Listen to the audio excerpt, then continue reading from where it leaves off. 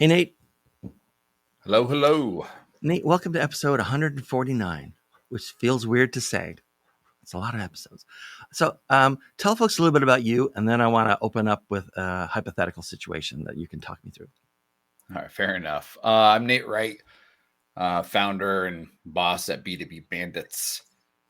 I've been in marketing, running variations of this business for 15 and a half, maybe 16 years. Mm. Been doing the fractional CMO thing. Oh, man. I think it has been close to 10 years. Wow, you're one of the original FCMO. Yeah. I didn't call it that back then. No, nobody. But yeah. Okay, so here's my hypothetical. Okay, today's the first day of a 1-year engagement with a brand new customer, new project, new customer, new everything. And of course, there's been a sales process and negotiation, so you know the company a bit. Today's real. So you're in the meeting on day one with the CEO, and the CEO says, look, Nate, you've been doing this for a while, so you work with a lot more CEOs than I'm probably ever going to work with CMOs. Right. So of the two of us, you have more familiarity with dealing with my position than I have with yours. So you tell me, because I don't want to waste the money that we've agreed to spend on you this year.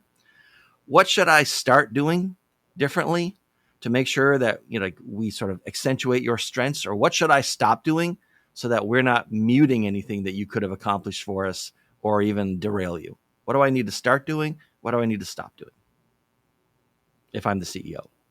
Start listening to sales more than you listen to marketing if you have marketing people. And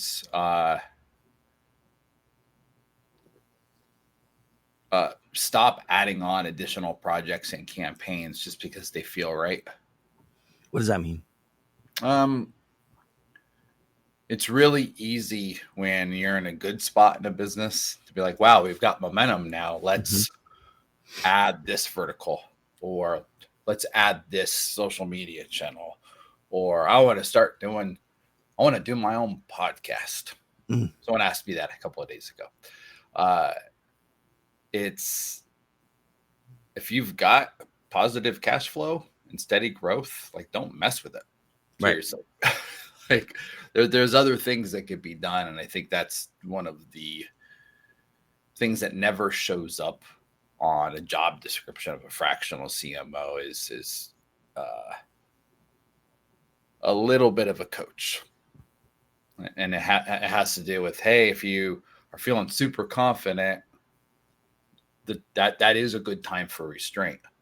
And if things are going down, and oftentimes companies hire fractional CMOs when they're kind of going down, and in those situations,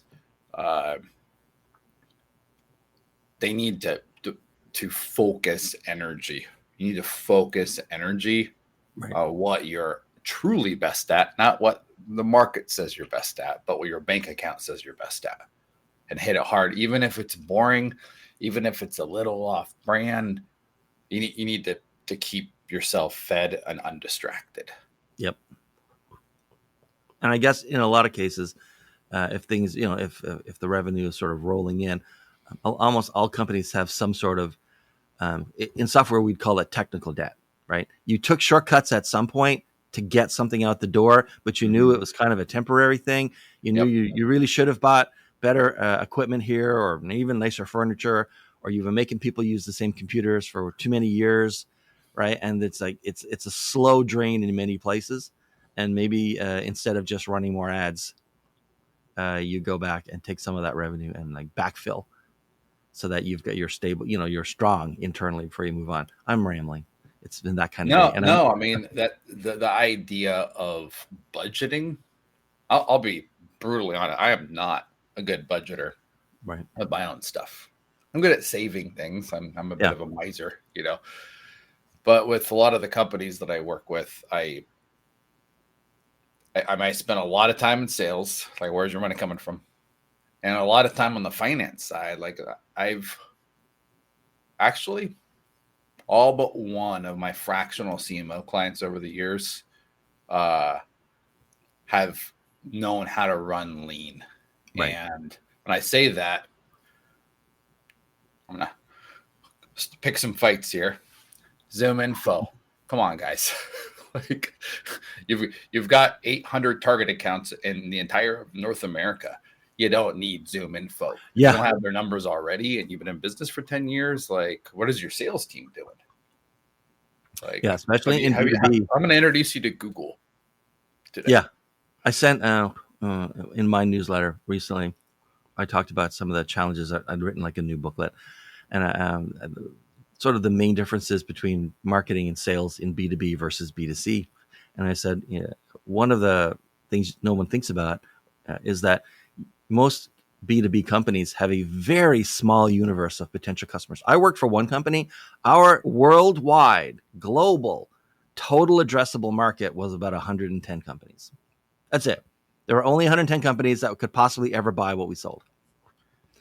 And so on the one hand, it means that you can be very focused and you don't need to buy, the next silver bullet in marketing. If you only have like 800 or 1,000 potential customers, you're more on the sales side than the marketing anyway. Yep. But secondly, like in B2C, you can run tests. If you sell shampoo, you can run ads and stuff just in Toledo. And if they all fail miserably, you're probably still okay for the rest of the country. But in B2B, you really can't test because you don't have enough people to test on. And every one of those clients is worth hundreds of thousands or millions of dollars. So you would never want to, screw it up. Well, even with a larger total addressable market, oftentimes, I consulted for a client that was selling into law enforcement and like fire departments, like first responder type stuff. Email, it's not going to work for them. Ads, a little bit, maybe. Maybe if they're coming on retirement age, they've got money in like disposable income and are out of that like early first 10 years phase of their career. It's not, even with a bigger market, if you can't get clean, believable data off the test, then it won't be a good test. And in certain cases, the only data you have available is anecdotal data, aka talking to people, a lot of people. Right. I never forget one of my old business partners is like, yeah, Nate, I'm trying to figure out this new industry I've never done before. And he didn't spend time on Google. He didn't spend time on LinkedIn. He didn't buy books. He booked like 150 calls with people in the space. So just had like 5 calls a day.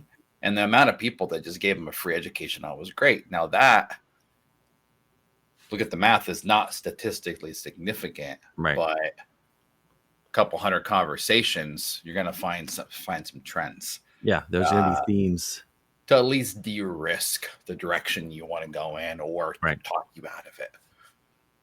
Yeah. If you're really lucky, you might end up finding something that people want to buy instead of trying to convince people to buy something you want to sell. And it's a lot easier to do it the first way than the second way. Unfortunately, I think that a lot of folks, I like that model. Yeah. Right. It's like, I go, where's the demand? What else can our team do? What else can our platform do?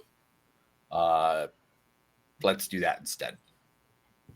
Right. Especially when you see the you and I are both in marketing, and there's many threats. I don't want to make this whole conversation about AI. AI is one of them, but the problem started before then.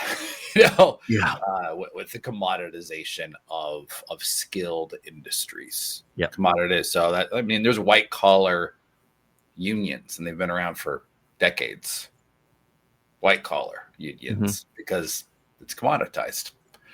So I think that looking at, for clients as like a fractional CMO, looking at those nuances between like what you're good at, what you can do and what you should do, and then and obsessing on that delta, obsessing on the gap. And oftentimes I've had to fire myself from a project, not because they weren't great people or the money wasn't good, but because them investing in me to take them in X direction, Right. using marketing as the primary method to weaponize it, wasn't going to work because the appetite wasn't there. And as you mentioned earlier, one of my old quick story, one of my old mentors / clients was Carla Harris. Carla Harris, during the Obama administration, she was on the like the women-owned business council, like the Small Business Council for Obama. She was the vice chairman at J.P. Morgan as an African-American woman, a Black woman. And that's like Black woman that high up. She handled the IPO for Martha Stewart before the whole Martha Stewart empire took a hit. A UPS. And that was, she rarely ever dispensed advice. I'd worked with her for like 10 years. She rarely ever dispensed advice, but once she said to me, it's less expensive to feed an appetite than it is to create an appetite. And it took me years to actually understand what she was talking about. But Smart. We're seeing a lot of that now. Yeah. Okay, so I've got some fill-in-the-blank questions for you. Your answer can be as long as it needs to be. I like these questions because my part's pretty small and your part's bigger, so you're going to carry some of the load. That's nice. So first one. Many clients, Nate, just don't understand what? Irrationality in buyers. Yeah. Yeah, irrationality. Even the most sophisticated buyers, and this is, I spent maybe the last year and a half with a good chunk of my projects and 2 fractional CMO gigs that were in or around like real estate investing and securities and that space. Even family offices with tons of money that have big teams doing due diligence and analysts. They spend millions a year to make rational, safe, strong decisions. Those decisions are still fueled by emotion and justified with numbers still. Right. And it's very, very rare that you find someone that has that level of detachment. And frankly, having encountered some of those people in the wild, those buyers out there that have that level of emotional detachment, I think it's like a mental illness level. Like, that's not how humans work. We're not evolved that much yet. And understanding the warm and gooey piece of the sale, even when you have these beautiful charts that show this predictable revenue models and all that. Yeah, until people have a bad day. I'm not yelled at clients before and found out later that their like cat died. And I'm like, emotional. And that's okay. And I think that instead of trying to power through emotional based buying, even in sophisticated verticals and B2B, to embrace it. That doesn't mean that you need to do some big, think different or, just do it. Like some big giant branding campaign. None of my clients have that kind of money to be able to do that kind of like cultural shift with a marketing campaign. But they certainly could focus on aspects of what they're doing to address those core emotions head on. And that's where testing is interesting, because you go broader audience and actually run A/B tests based on sentiment, not on benefits. Yeah, so. I write a lot of outbound. All of my business is outbound, so a lot of that is emails, and the rest is ads usually. And from time to time, I'll end up with a client where I'll have to explain, your customer is more like you than unlike you. And so if you're the kind of person who would never book a call with a salesperson from a company you've never heard of because they sent you one cold email, that's because nobody does. Yeah. So it doesn't matter if you send 1,000 of these or 10,000 of these. It's not going to make that much difference, because that was going to be my second answer was more volume does not equal more money.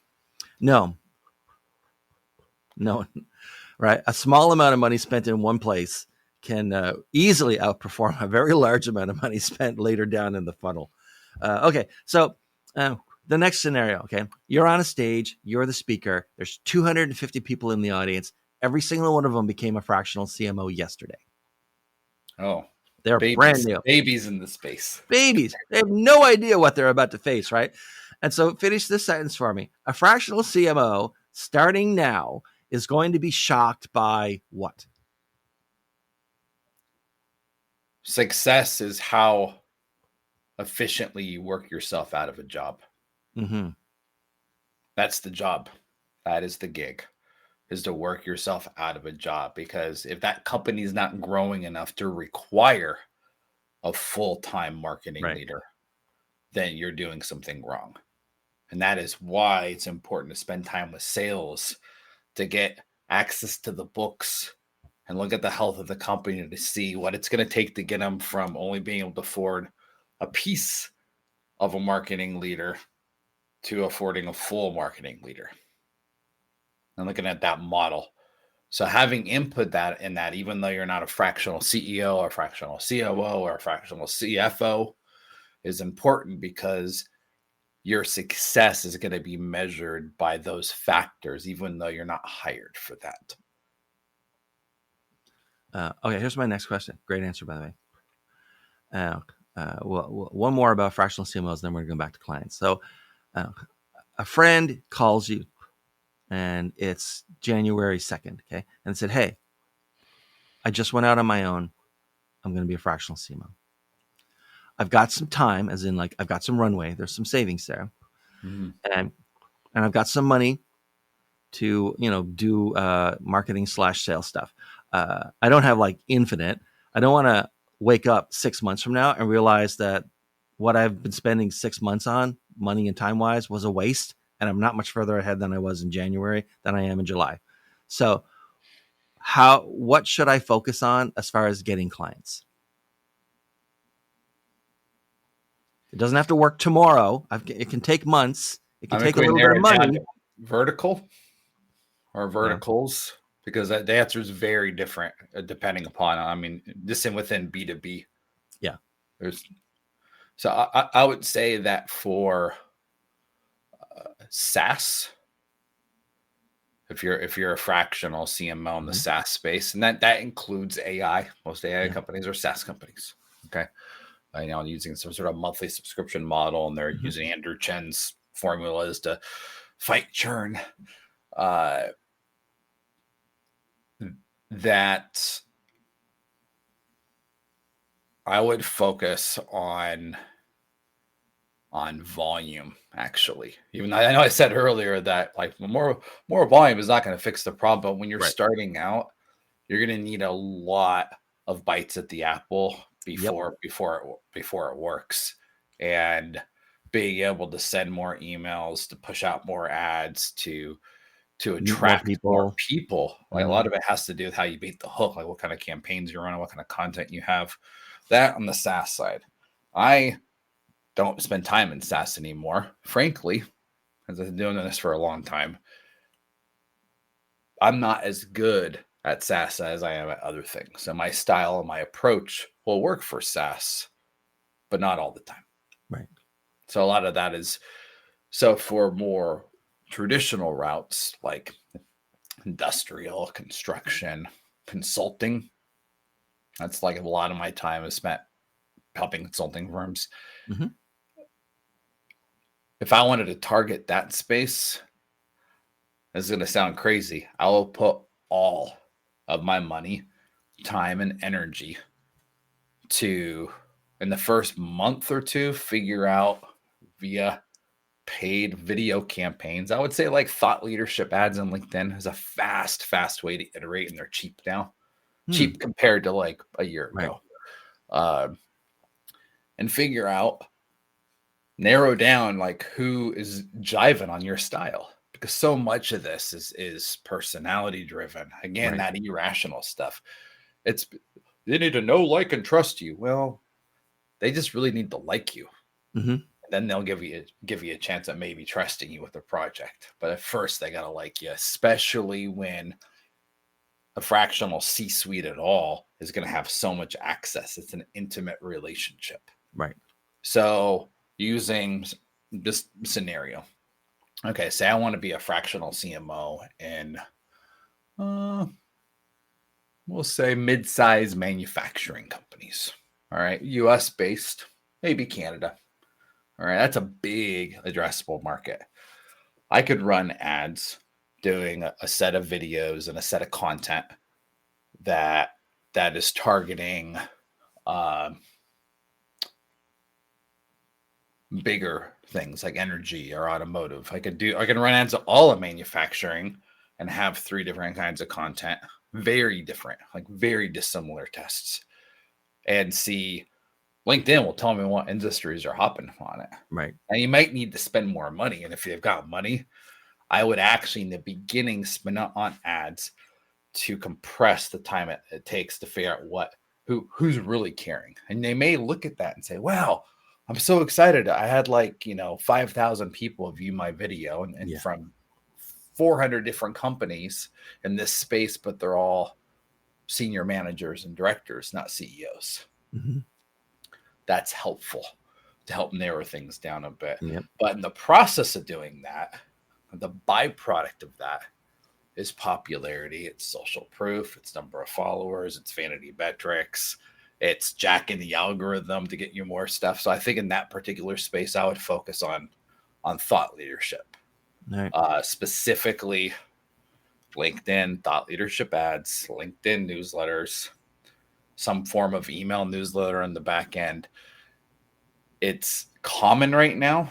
And it's not like, oh, wow, awesome new idea, Nate. It's not a new idea, but very few CMO types execute it in a consistent way where they're building it up. And ultimately, why would I believe if I've got 1,000 fractional CMOs in front of me, right, why would I believe one that can't even get someone to watch their videos? Yeah.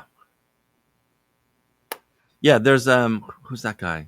There's that guy Rory Sutherland, right? He wrote a couple of books. Rory. It's one of my favorites. So first of all, 2 things about Rory Sutherland. One, I think he would appear on any podcast that had even one person watching it. Like he'll appear on anything. God bless him. Yep. He's helping a lot of small podcasts. But secondly, he has this thing where he says, well, being famous comes with a lot of downsides. There's no real downside to being business famous, right? If you're famous among business people and clients, there's no downside. You just it just makes everything else in your operations and company easier because people will take your phone call, they'll reply to your email, they'll come to you. And so, when it comes to business fame, he says there's almost no downside. Something you just said earlier sparked something for me. I do not have. I have a weekly mailing thing set up, and it's been fantastic for me. It drives most of my revenue. But I've only ever met one person who could tell me about LinkedIn newsletters and why it's worthwhile to do a LinkedIn newsletter. Why is it worthwhile for anybody to do a LinkedIn newsletter? I don't have one, just for disclosure. They're free. Yeah. LinkedIn wants people to stay on LinkedIn. Mm-hmm. So if you have a post, this is just the algorithm. It's just the social media feeds social media. That's why the most popular content on LinkedIn is content about growing on LinkedIn. The most popular content on Instagram, minus sexy stuff, is how do I become more popular on Instagram. Same with TikTok. They're going to take care of their own platform first. So because of that, okay, go ahead. The LinkedIn newsletter, if you could write a post and link to an external site, it automatically is going to get demoted in the algorithm because it's sending people away. Why should I reward people for leaving? Right. Now you could pay them enough money with ads to do that. But even those ads, if you run an ad that's engagement based and you just link them to a newsletter on LinkedIn, which is just an article, really, it's not really a newsletter, just an article. then LinkedIn will give it a little more juice. Those ads tend to be lower in cost, and organically you have more reach. So it's free, and those are the rules of the game in that space. And that I mentioned, it's free. It doesn't cost any money. and honestly, I could literally take an entire newsletter with images and just like dump it in there. And it has no formatting that available. Like, I don't know if I think it has an underline. I think you could bold, italicize. There is no indent. I can't format the bullets. I hate how it formats bullets. It doesn't matter though, because and another thing is you can see those subscribers. So when someone subscribes in the newsletter on LinkedIn, whoo, what's that? There's their beautiful, pretty face that I can actually pull up a list of those. So you don't get their email address or details around them, though. You just like see who they are. No, well, that's not the point, though. Right. And I think that's what I've been thinking incorrectly, is that to me, you can only do so many things, right? You can only put your time in so many different marketing venues and channels and stuff. Yeah. And so for me, it was starting out, it was more worthwhile to build an actual email list. And so every time I looked at a LinkedIn newsletter, every time you want to write anything on LinkedIn, do you want to make this a newsletter? And I've got like, I don't know how many, 12, maybe 13,000 people on LinkedIn. Not huge by any standard. And but I look at it, so like, what's the point? Like LinkedIn shields all the information about them that I might want, or a lot of the information I might want, including the email address. But so I'm thinking about it wrong. Sounds like I should be thinking about it as a way to promote content on LinkedIn and build an audience on LinkedIn, not as a way to as a sales and marketing channel. It's just a marketing channel. So I've gotten meetings. Okay. Since I started, I mean, I've only been doing this for a year or two, right? Yeah. Not very consistently up until a few months ago. Now I've been doing it for clients more consistently. So I could say that on the client side and on my side, that someone subscribing to a LinkedIn newsletter is them taking a step towards you. And right now it's so hard with all of the noise. Yeah. And the amount of touches it takes. So you look at the stats now, it's like, okay, well, I haven't closed a deal yet on this campaign. I've only touched that person 19 times. I need to touch them at least 22 times.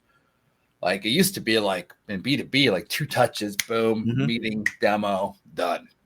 Now we're negotiating. Right. Those days it's done. There are little itty bitty industries and outliers where that still exists. But the goal is we first need people to drop their guard, right? And actually receive a message and say, hey, you're doing it wrong, or hey, here's a different way of doing it, right? Those are basically the only 2 things you could do, like when you're talking about marketing. Hey, you're doing it wrong, or here's a new way I'm doing it, or here's 2 ways of doing it, and they both suck. I like those. I watch those videos. But we need the people to drop the guard and receive the message and then take the steps. So it used to be, I could send somebody a LinkedIn connection request. We could connect. I could send them an email. They'll click on a link. A handful of people would go to one of my blog posts. An exit pop-up would hit. They'd put their email address in. Right. And now I've got a subscriber. All right. Now there are people that don't like email newsletters, but they like LinkedIn. I've got people that don't like LinkedIn that like newsletters. Now, where you're doing well, and I'm like, that's 2025 for me, is like, oh, okay. Well, if they're not into LinkedIn, so they're never going to drop their guard or engage on LinkedIn. They're never going to do that in their inbox either. YouTube. Yeah. And that's where I feel like I'm very behind. That's where I'm putting a lot of my effort and money. I've started already, but it's going to be in YouTube. And so far, my YouTube is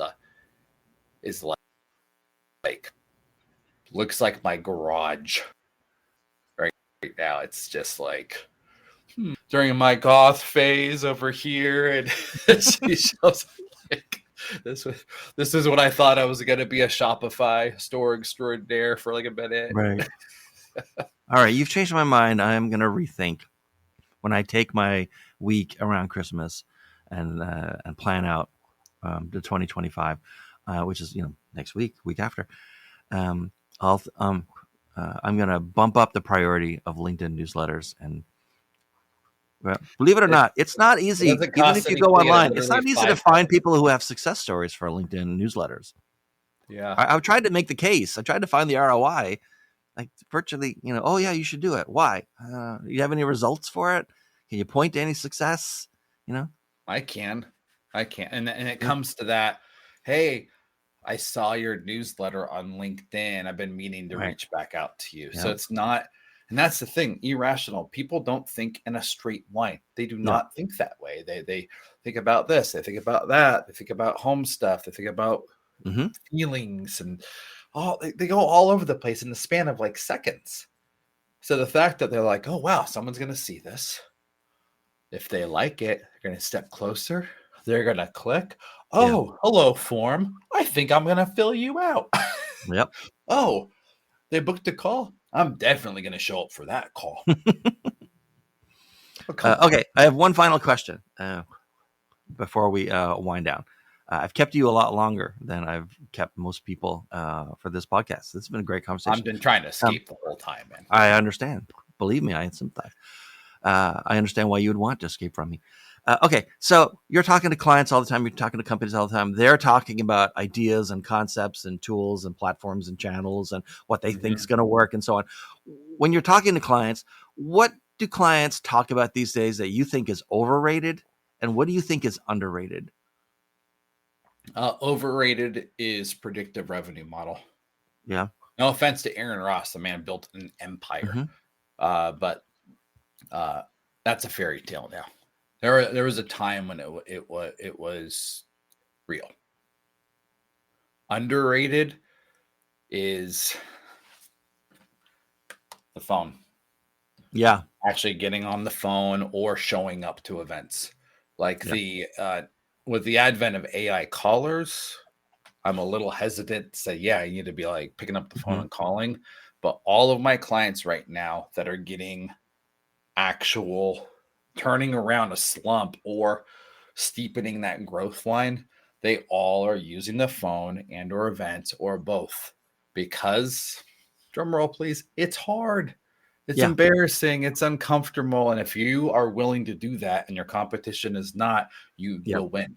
Yeah. I That talked to. willingness had nothing to do with what you're selling, your willingness to actually have a Yeah. raw conversation with someone or fly somewhere for an event that may Yeah. kind of suck, but it's a I chance talked to to actually meet human to human. a fractional CMO. He asked me not to tell people the company or who he is because Mhm. he's having too much success right now and doesn't want people or even more entrants. But I asked him, like, what's been the, we ended up talking around sort of like channels and places that like nobody goes anymore, but they still work fine. It's just nobody goes. And he sends physical sales letters to potential SaaS customers. Whoa, Like, SaaS. and yeah, I think that. he said it's How do you get a good completely mailing address? That's what I asymmetrical, would wonder. right? And he Yeah. says like the response rate is insane. The number of sales calls that we end up on for every 100 letters we send is something like 60. He says it's nuts because it might be the only. He said it's probably the only physical mail that a vendor sends them the whole year is that one letter. And so it's like it completely stands apart from everything else. And he says we're booking like crazy. He says don't tell anyone who we're working for. He says but he says like physical mail will absolutely become more popular because everything spreads, right? The You can't keep challenge. anything a secret forever. Yeah, I mean the challenge with that, I've recommended that Yeah, to 20 clients, right? yeah, 25 clients, and I've had 0 do it. yeah, I do it and it works for me, but I yeah. can't get them to. And the reason why is that a lot of I would be curious how he's getting a good mailing address Right. Oh, I'm sure he's because finding the most of the list. time they're like it's a Delaware Yeah, corp or like no one's yeah. working. Like, and how do you get a home address? I've run campaigns where like, hey, I'm sending out these hilarious like Christmas cards. Can I get an address? And Okay, people will give me an I'll address and I tell send them a card. you. I'll tell you his first step. Hmm. Okay.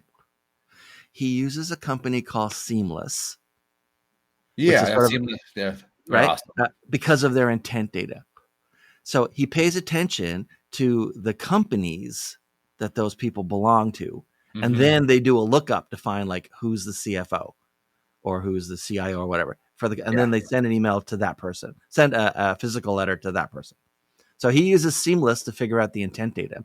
So he's not giving like, here, give me every CTO of every probably wouldn't have a CTO, the CEO of every specialty paint manufacturer. He doesn't do that, right? They've got all their regular channels and Oh, they're so they're there's a SaaS little bit companies, so of they're all, intent, so it's yeah, worth the money to get a good address. yeah, Getting a mailing address isn't yeah. There's free. been a little spark of Oh, interest there from somebody. So he says, okay, somebody has a problem that we solve or might be interested in it, right? hmm. And so and then they bubble it up to find that, do a lookup on that person and send them a physical letter. No, Interesting. And I I don't know love if it. there are competitors to Seamless as far as the intent data, but there must be. So, all right. So who should be, it's time for us to wind down. I'm sorry, I kept you so long. So who should be contacting you these days and how would you want them to do it?